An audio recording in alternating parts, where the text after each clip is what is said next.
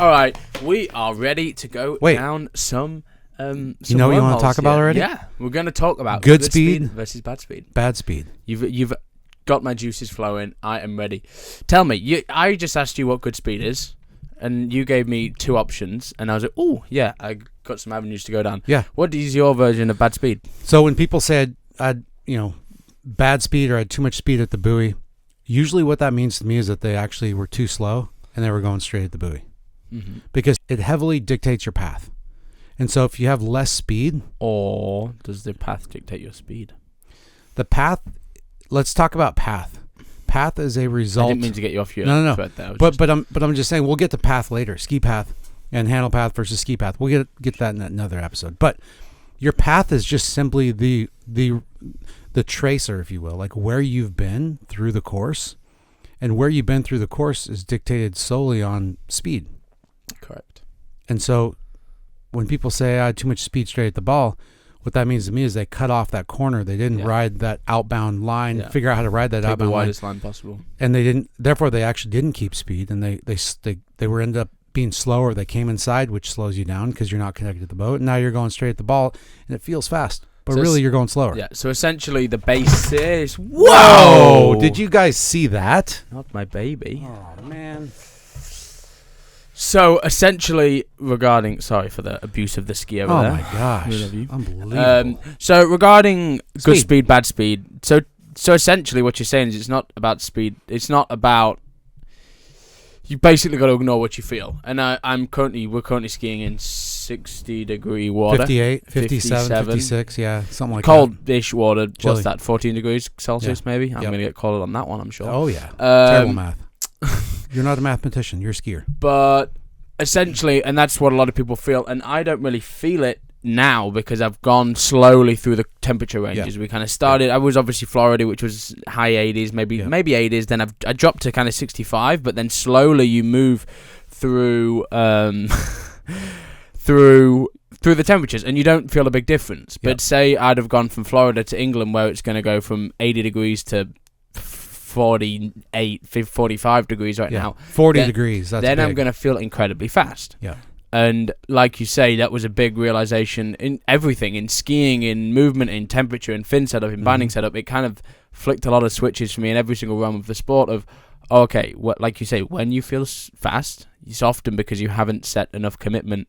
And that's kind of become a natural thing for me. And I think a really good question to ask yourself, I don't know which camera I'm looking at. Anybody out there. Is what do you do in a tailwind versus a headwind?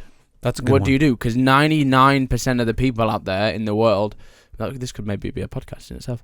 I feel like it's not 99, that's way too many. But a lot of people that I ask say, okay, what do you do in a tailwind? I edge change earlier, I cut less, I do less and more, and just generally on the less avenue. Whereas for me, we had a windy year at home, and it was kind of when I was like 39, 38, and I just figured out that 39s, you just go. You've got to attack. You've got to, and if anything, it's easier because it's a lot easier to gain the speed. You just have to be really trusting with your load and your angle and attack at the right points. And that, for me, is a really good way to put it is commit to your line, commit to your space, commit to your speed, and then the speed will slow down. The speed, yeah, exactly. I think to your point, what I feel about what you just said was, do you take that? Injected, but we'll be fine. Over-injected. We'll be good. The life of a diabetic. We should get into that. We should maybe do something. I think, to your point, when somebody underskis or is conservative or is timid and they don't commit and they don't hold to their keys, they end up feeling fast and out of control. But really, it's a result of, in my opinion, having, I wouldn't even say bad speed, I'd just say insufficient speed to ski the line you want to ski, in a way. So essentially, we've come in a circle of there isn't bad speed, there's not enough speed, and there's the right amount of speed. Never, and like you say, I think can have too much speed. A great example is Adam Caldwell.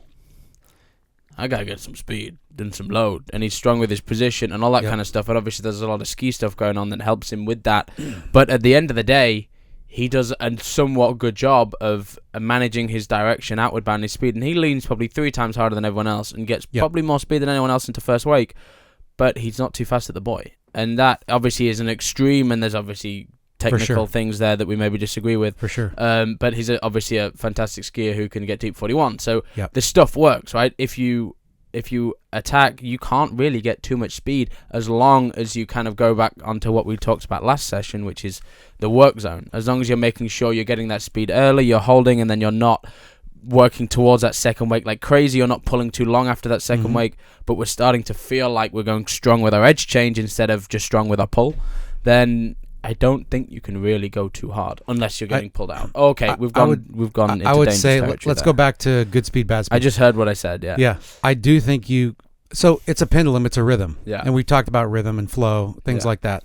And there is like a grandfather clock with the pendulum going back and forth. I do think there's a certain amount of, you have control at any given point in the course on how to manage speed. Yeah. Certain things you can do, the better skier you are, the better you can manage that speed. If you've overcooked it into first wake, you know how to control that off second side. You can overcook it very easily. But you also have skills to cope with that. Whereas a lot of skiers, the best aim would be to like kind of find what the appropriate work zone is, the appropriate amount of work to do in the work zone, and kind of find that rhythmic skiing where they have appropriate space if they do it right, and it feels effortless. Yeah. But Adam Caldwell I stuck my foot in it a little bit somewhere in there.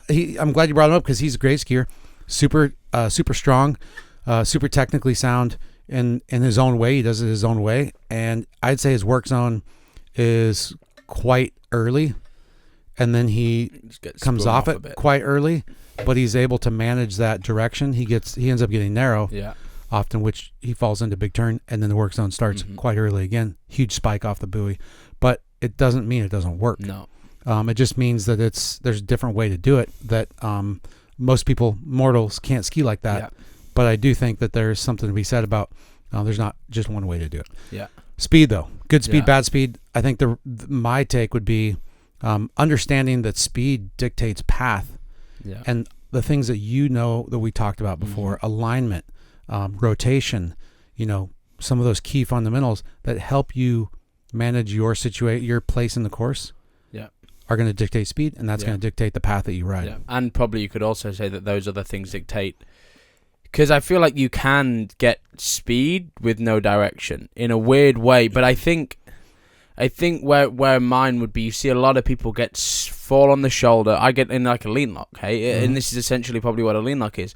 You fall into the shoulder, you get kind of shoulder heavy, you get super, super open with no control. And that, I think it is maybe possible to backtrack on what I said earlier, to get too much speed, and then you can't manage the direction of it. You can be incredibly open, your ski can get no angle, and you're falling. And I think you can... Did you say incredibly open and no angle? But you can be, Really? Yeah, you can be. I know that doesn't make sense though. So that's where we disagree. Well, why would it not make sense? I feel like the more open you can be, the more angle and speed you can build. But that's if you're driving everything that way.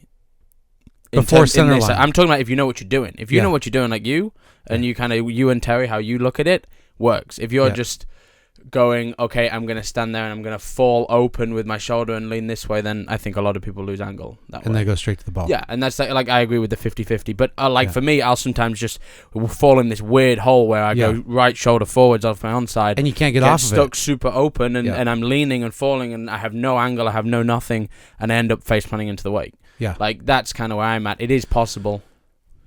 But are you low again? No, was that TikTok? No, it's still that Instagram? Diabetes, but we're good. Very, very distractable these days. This younger generation. Yeah. Short attention spans. I'm getting beeped on my blood glucose level. Would you like me to update you? No, don't turn that off. Keep them. Those are good notifications. So. Yeah. But yeah, so I think there is an area where you can have too much speed, but again, I think it comes back to the fact of, if no matter what you have, if you take that in a good path. And I know a wording that I've used before is, like you said, speed creates path, but I do think as well, for some people, for me, I really have to think about the path. Mm-hmm. If I just commit to speed, I overload, I overdo. So for some people, it could also be, hey, it's a strong tailwind, let's really try to see what path I can take. Let's take an as aggressive path as I can. And if your body falls into good position, if your alignment falls into that, which it tends to for me, attacking that path can really make me fast into that first wake. And then because I've got that path in mind off second side, it means that I haven't gone too hard beforehand. Because I'm still thinking about where I'm going and where I'm going to take it, I can't go too hard beforehand. And that can be another way of looking at it is, hey, let's really try and carry speed here. Let's make sure, but we always have to think, okay, let's get all of this good speed. Let's feel about the flow, moving into the wake, whatever kind of resonates with you. But at the end of the day, we talk about all this speed. It's pretty much where you take the speed and put it. If as soon as you hit that second wake, if you throw it all inside into the buoy, that becomes bad speed very quickly. It can go from very good speed to very bad speed. Yeah. And you can go from very bad, but you can go from very good speed. And if you take that outward bound, you don't overload. You get the right amount that you can take it out. And in a perfect world, everything's equal. You don't add too much and you don't lose anything. Then you have euphoria. Did you just go spiritual? I did. Oh, eyes crossed and everything. I did. If you, so the bad speed, when you can't manage that and you kind of come to the inside, lose the ability to swing, that to me, if we look at the physics, I want to get back to what you said about path. We look at the physics, that usually means that you instantly lose speed, because what we talked about earlier, the work zone, as soon as you lose connection to the boat, which you know intuitively, as soon as you lose that connection, that tension to the boat when you're swinging outbound, you instantly lose your ability to go outbound, to swing up on the boat, to get that space, which means you lose speed because now you become disconnected from the boat.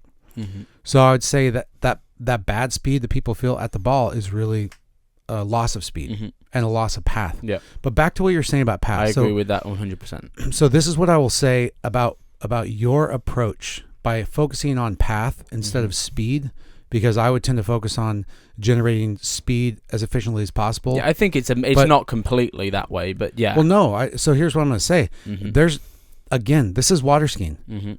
Everybody's on their own journey. There's no right or wrong. And if you can think about an ideal path and you can almost literally see the path that you want to take when you're making your gate turn, or when you rounded one and you're like heading to the wakes at 41, if you can literally see that path in some shape or fashion and try to ski that path, and it gets you to do, get stacked. It gets you to kind of move with the ski. It gets you to find your rotation when you want it.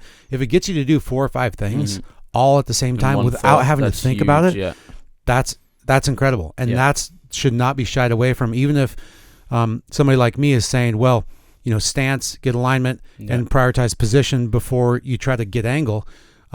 That's the nuts and bolts, but there's the application, the real world application. And if it takes something for you like path as an objective, and it makes like 5 things fall in place, that's not wrong. At all. And for me, I think it's all about, we're going to do 20 podcast episodes, right? You can't think about 20 things when you ski. No. It's about writing notes and going, okay, which one's going to work for me? And like I said, I'm often an overloader. I'll overload, I'll lose my hips. So the path for me is a really good way of, I'm never going to struggle on speed. I'm never going to struggle to load. So it's a good way of me going, okay, let's really feel we can attack as much as we can. We can plot the path. We can plot that right-hand gate ball in tournament and practice it. Try to go through it. But we Did you make your gates today? Oh no, miles away. One of them I was really far away. I was like a good, the glare was 6 pretty feet bad. away. It was pretty bad. Yeah. But I think it's kind of all about taking that path. And there's a million ways to look at it, and I think we should talk about that a lot, because we talk a lot. We're probably the worst people for it because we put out a ton of content, because that's important too. It's finding the things to think about is important, but then actually going in and going, all right, what is it actually am I going to do? How's this going to help my understanding? And how is this going to make my skiing better? And I think that's really important. And for me, I just found that in a big tailwind, I'm like, right, let's really feel like we can stay stacked over my feet, and let's build as much speed as I can when I can still hit that point.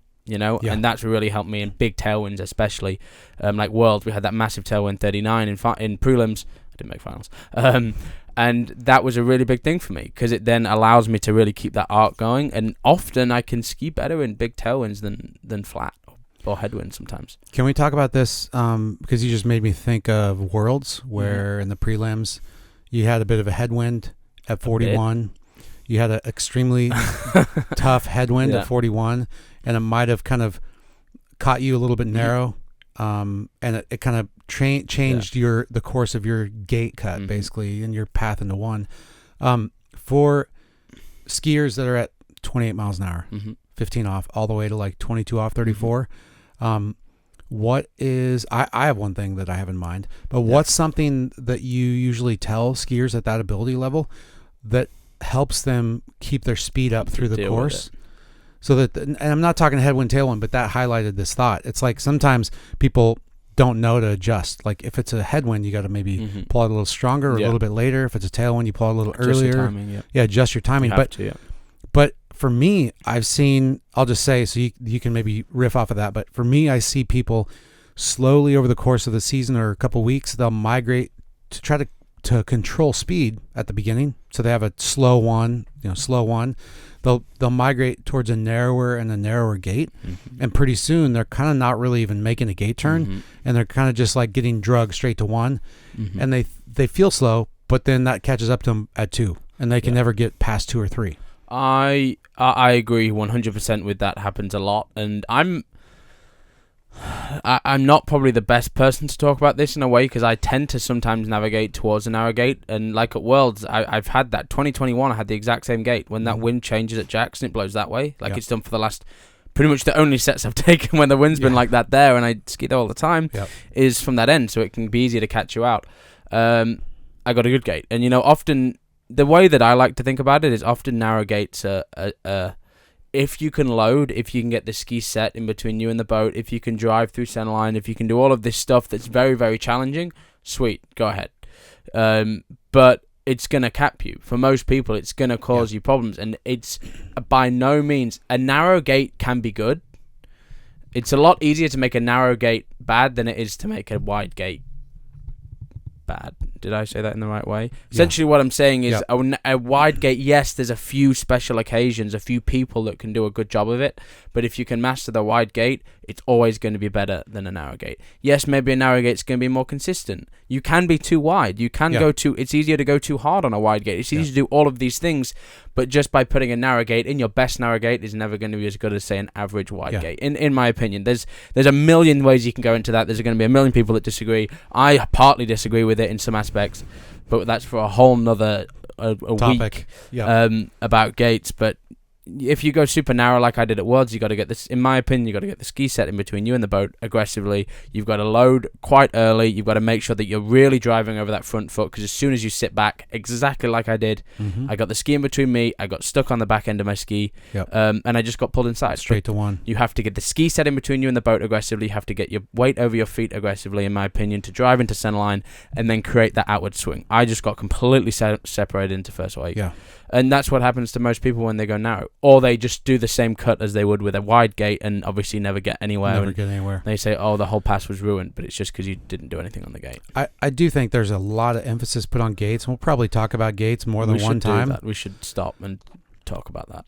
But to finish off speed, good speed, bad speed, I would say that for me, the most important thing about the gate, because I was doing one-handed gate, I would still maybe get, like, honestly, in tournaments, I get slack every once in a while in a turn.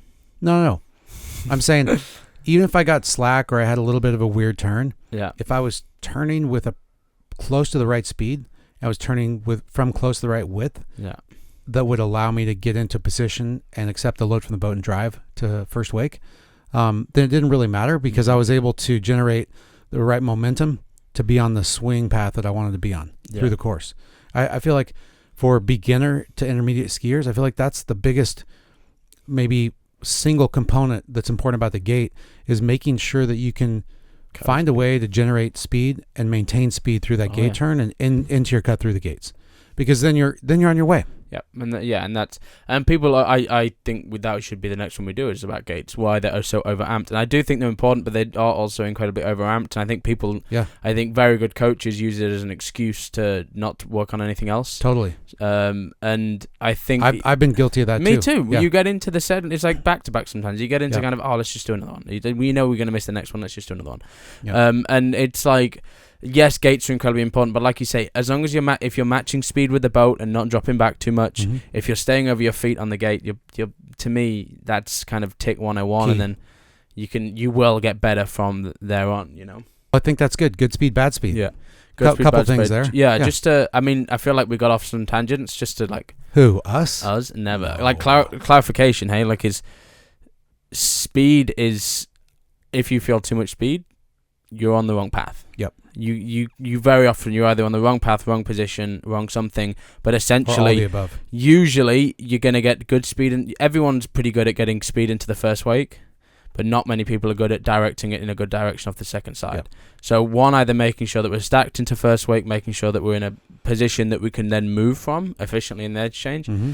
or just if you're in a great position beforehand, then just keep that direction moving out. Maybe you're going too hard, but essentially the simplest way to look at it is you're shooting all that speed. You've either not got enough speed and skiing straight to the buoy, Mm-hmm. or you've got maybe too much, which very few people have, and then you're just jumping inside straight to the buoy. Well, we're going to talk about that outbound move as well. Yeah, we should. From wakes out. Mm-hmm. All right, guys. Good speed, bad speed. Leave comments below. Let us know what you want to hear more of. Rob, thanks for joining. This is awesome. I love it. Thanks for having me. We'll see you all in the next one. Bye-bye. Bye.